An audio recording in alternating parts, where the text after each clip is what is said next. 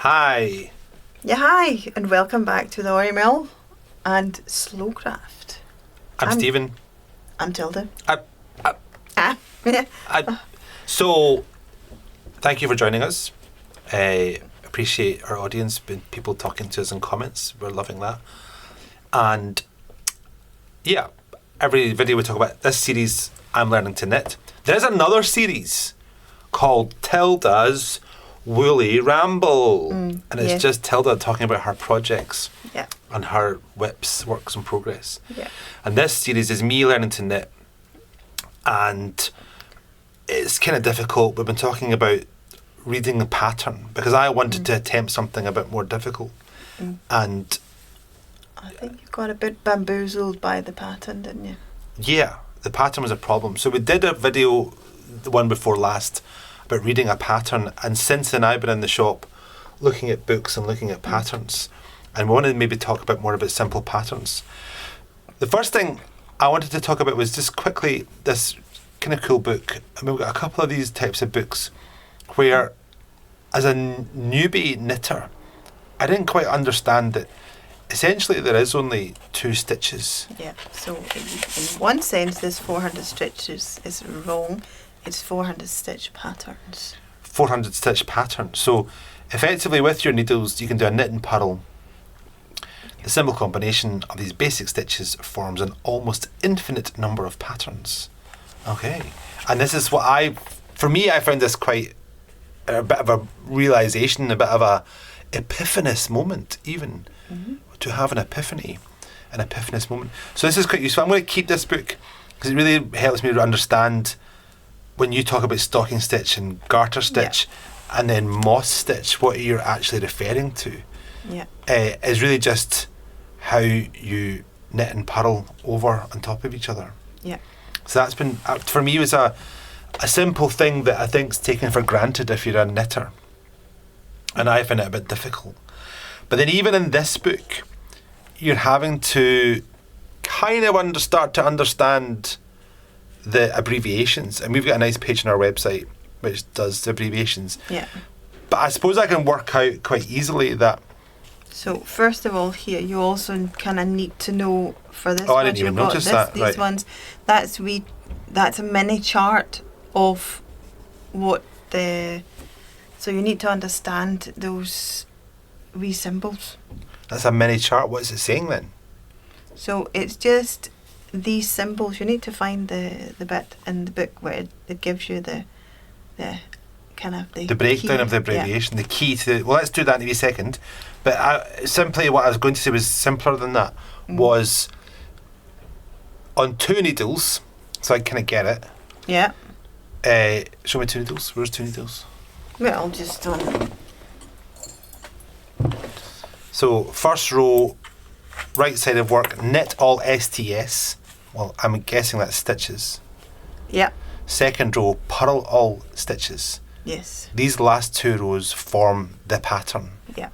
On 4 needles, which I don't yet use. Okay, so 4 needles or circular needles.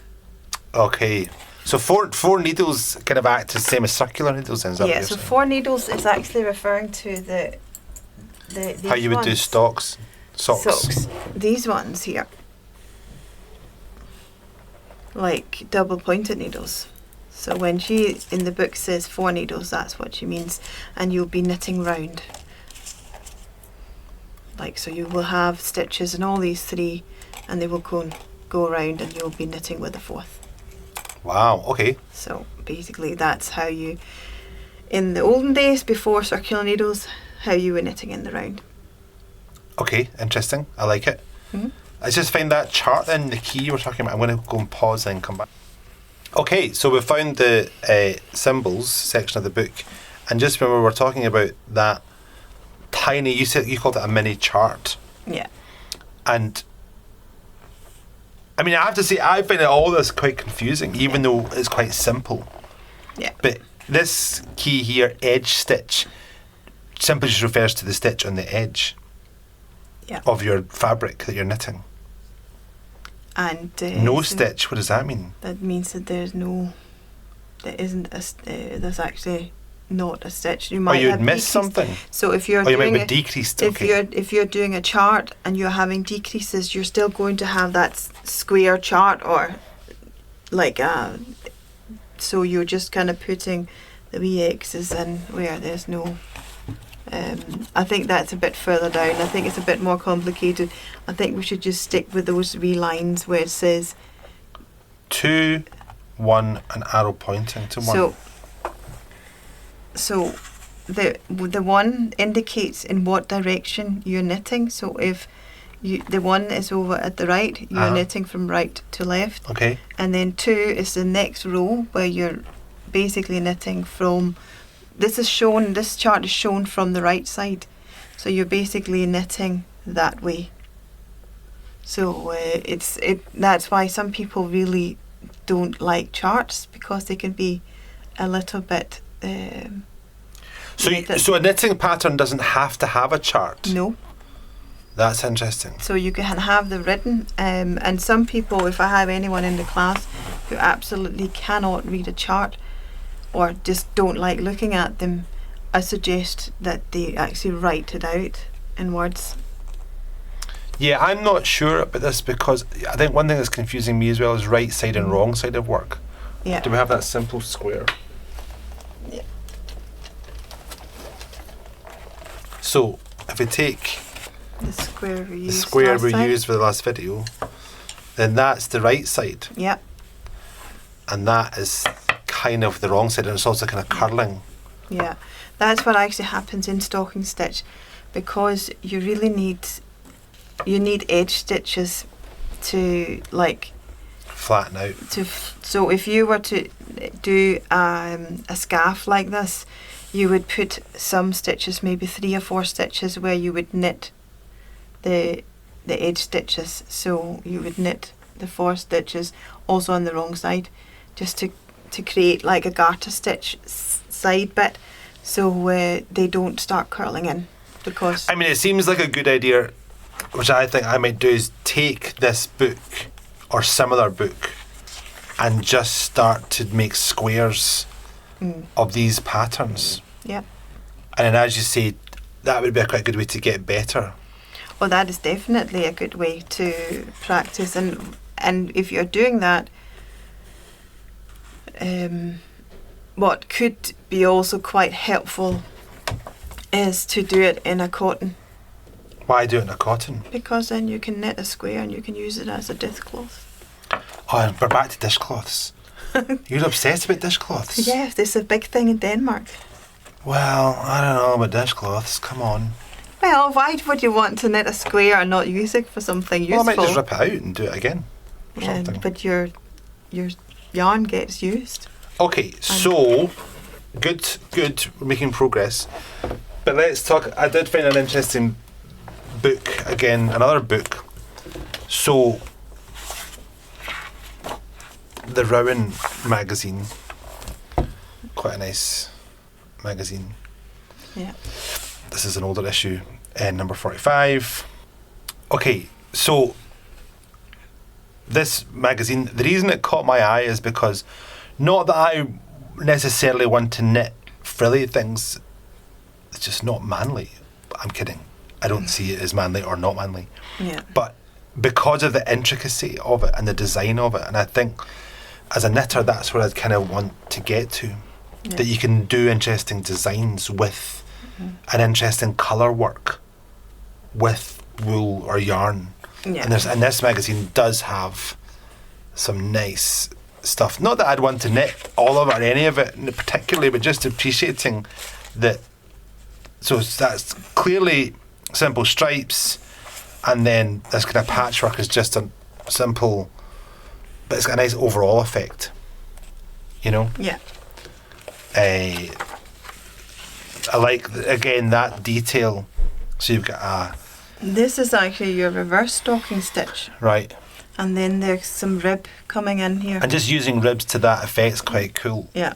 You know, and I might not do that, but Oh. I might be able to choose my own version. And it's quite funny because I was like thinking this looks like an Erica Knight pattern, and if you actually look at this designer, It is Erica Knight. it's Erica Knight. So I'm not, I mean, cable, again, especially in the States, in the northern states, on the coast, and Scotland and Ireland are famous for kind of their cable knit and their Aran knits and all this. I'm not a huge fan, but it's still quite impressive.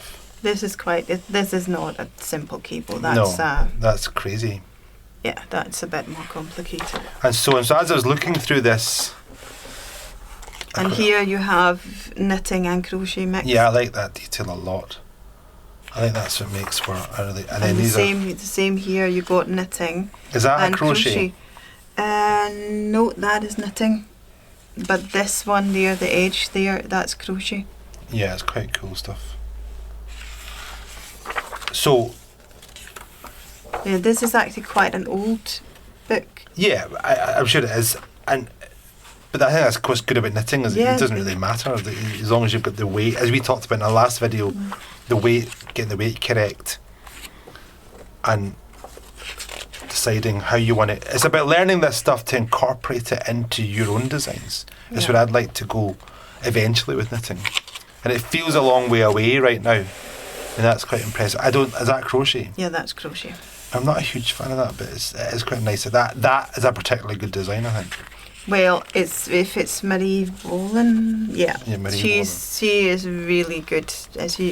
She does some really nice designs. But what was cool about this book was this magazine was it kind of gave you this what we talked about in the last video, that reading a pattern. So we talked here about the tension square.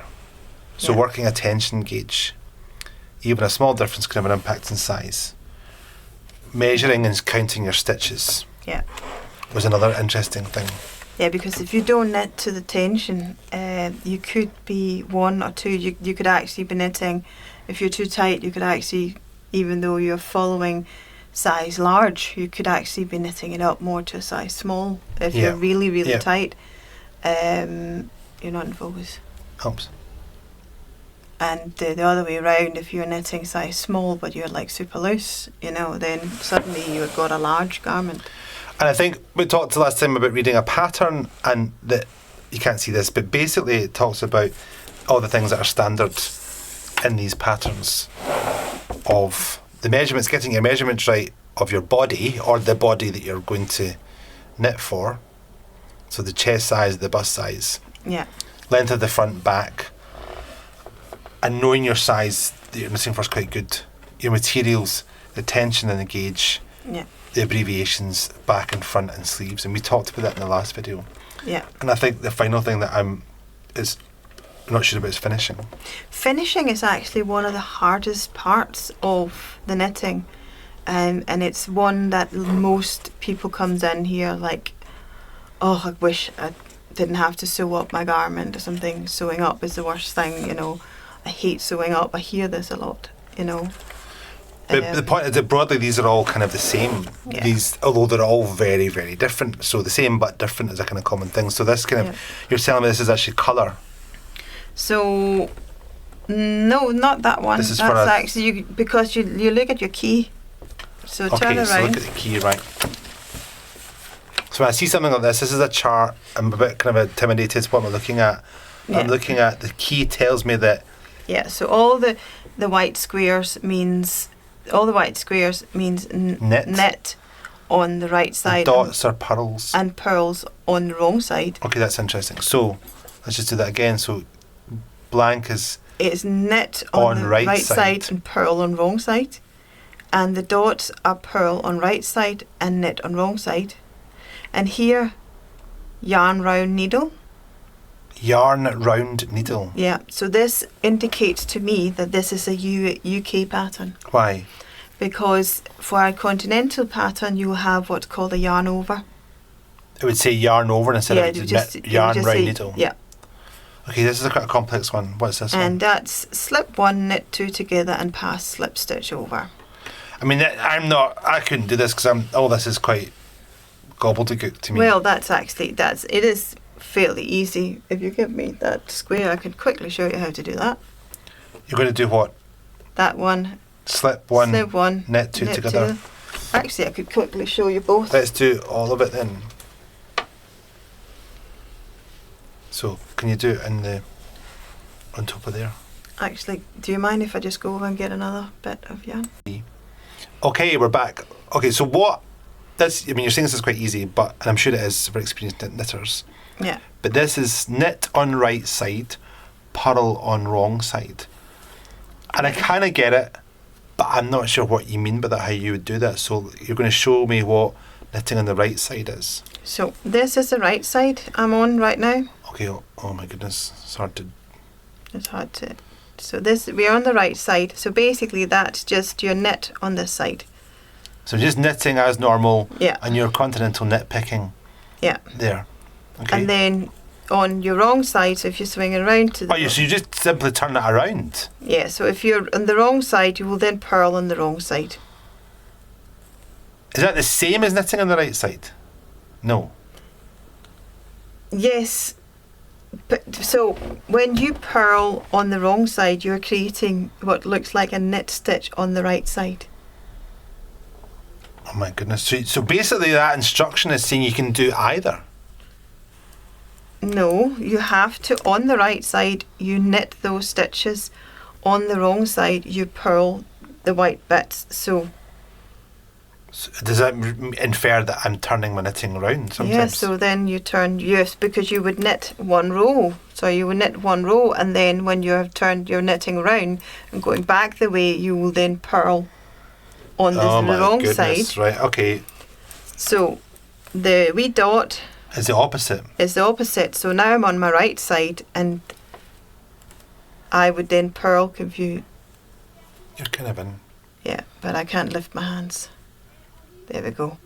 So I would then purl on the right side and knit On the wrong side. wrong side. You can see they look like knit stitches. But I mean, I think for many people that's obvious, but I didn't quite realise you meant when you're turning around, when you're working back, when you turn it over. Yeah, so Right, so next one is let me just yarn do that. round the needle. Yeah, so yarn round the needle or yarn over is basically just swing your... Okay, let's get into focus and do a yarn over. So yarn round the needle, as it says in here, would be just round here, Mm-hmm. and then you, for example, here you have a yarn round a needle, Uh-huh. and then followed by the next one, which is slip one, knit two together, and pass slip stitch over. Okay, let's do it. So this means slip one. Yeah. Sorry. And So I will slip one knitwise. Then I would so hold on, you're slipping it off I'm almost. slipping it over to the right. So I mean, slip one just simply means slip it onto the needle. Yeah, move it over to the other needle, Yeah. and then you knit two together. And that's literally 2 stitches, go down the back. Yeah, so just knit them together, and then you take that slip stitch and move that over like you're casting off. Kind of out. Oh. That's quite hard. Okay. So I'll try to do that again just to so you're in focus. So I'll then take the slip stitch and, like I'm casting off, move it over. So now I've decreased 2, Yeah. and then you'll often find that if you're decreasing 2, you also have to increase 2. So by the yarn round needle, I increased 1. Yeah. So now I'll do that again. Yarn round needle, Yeah. and then likely either knit or purl. Right, so this So is here- where on the pattern, if we go to the chart now, Yeah. let's go down, down to the chart. Okay, that's why it's saying Yeah. it's go side by side. Yeah. So it's So I should actually have yarn around the decreased needle, then slip one, knit 2 together, and pass slip stitch over. and then you could do the reverse. You do, or not Yeah. the reverse, but you go back again. I should really have, what I should have done here is, if following the chart, I should really have purled those 2 stitches, the one before and the one after. Yeah, but it's a good example. Right, so this is quite interesting. So let's go back to the main pattern. So this one, by the way, is a lace pattern, Right. because you're creating... Why is it? How do you know it's a lace pattern? Because you're creating those yarn round needles, that you're creating holes. Holes. Ah. Interesting. So, Right, okay. So, I mean, I'm not going to say it's easy, but it's getting a bit easier. It's slightly more easy to understand. I mean, that's quite interesting. This is colour, no? Yeah, that looks like, because if you look at the key here, Key there. is A, B, C, D, E, F, G. Right? Yeah. Because there's no abbreviations to what kind of stitch it is, and it just gives you a letter that Yeah. indicates it's just colour. Oh my goodness, that's quite hard to see. I mean, how are you going to see Yeah. that? You know what? I have one that looks very like that hanging over there. A top. Yeah.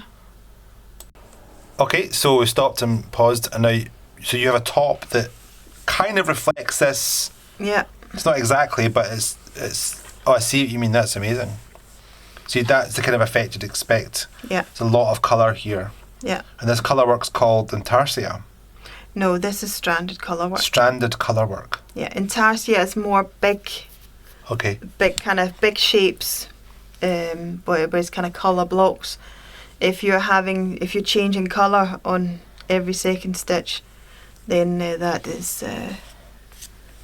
that's stranded colour work you would use. Okay. And then the last thing that kind of caught my eye here in this book or magazine, again, that is just colour, isn't it? Because Yes. the key's just A, B. Yes, A and B. So you only get A and B. That just means colour then, doesn't it? Because there's no Yeah. abbreviation. Yeah, if you actually look at the... Oh, there's a cushion. It's a patterned cushion. That's all it is. Okay. Yeah, so... But again, this is tension. You get tension, which we talked about in the last video. We got two types of yarn, the Memphis and the Nashville ribbon denim. And what's oddments of cotton glassy? Oddments is just This means pieces, small pieces you've got left because... over. Yeah, so I don't know what they're going to use. Oh, that's the blanket you were looking at. So yeah, you can see if you look really closely at the blanket here. That Oh, I there's see. There's something different, right? Okay. There's whatever it is. So quite a lot happening there. I mean, effectively on our website we've got a nice chart, and it just goes through all the abbreviations like this. Yeah. So we'll link to that in the video Yeah. So right now. And anything from kind of symbols. Well, not the symbols, but kind of trying to explain what the different things mean. there's knit two together through the back loop. Yeah. I mean, it's worth not going through every single one, but I think over time we probably should do a pattern, go through it, and talk about these techniques. I think the one thing that a lot of knitters overlook in a pattern is this wee one, alt. What does alt mean? Alternate. Yeah. Or alternate. Yeah, but it often is that it's often when you're shaping things, you're maybe decreasing or increasing on every alt row, and people forget to see that it says alt, so they think it's increasing on every row, or they just decrease on every row. Wow. So Okay, that's been really useful for me. I think we should, next video, get some knitting happening. Let's get that pattern going on and see what happens. Yeah. Thanks for watching. yeah, thank you. Comment, like and comment.